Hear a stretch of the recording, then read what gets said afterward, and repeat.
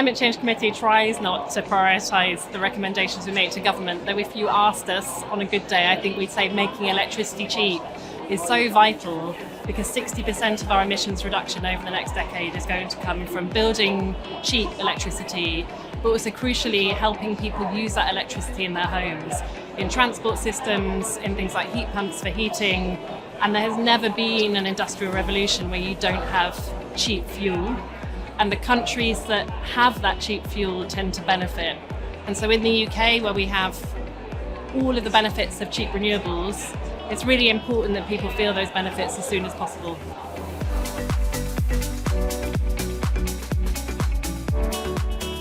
The majority of investment for delivering net zero is going to come from the private sector, both here and globally. A lot of emissions is about replacing fossil fuels with clean technologies of one kind or other. If you think about offshore wind, which has delivered a huge amount in the UK in terms of emissions reduction, that came from mad scientists in laboratories looking at and building demonstrator wind turbines, being scaled up by catapults and by research institutions and by industry taking risks, turned into this big market technology and then built at scale to be the backbone of our energy system. We need to do that again and again with other innovative new technologies, and we need to allow space to be surprised.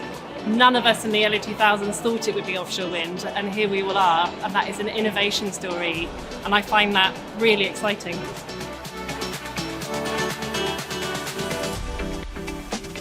Two answers. One, we have. The UK has halved emissions against 1990 through changing politics, changing economic circumstances, and we have broadly maintained a political consensus that this is a good thing to do.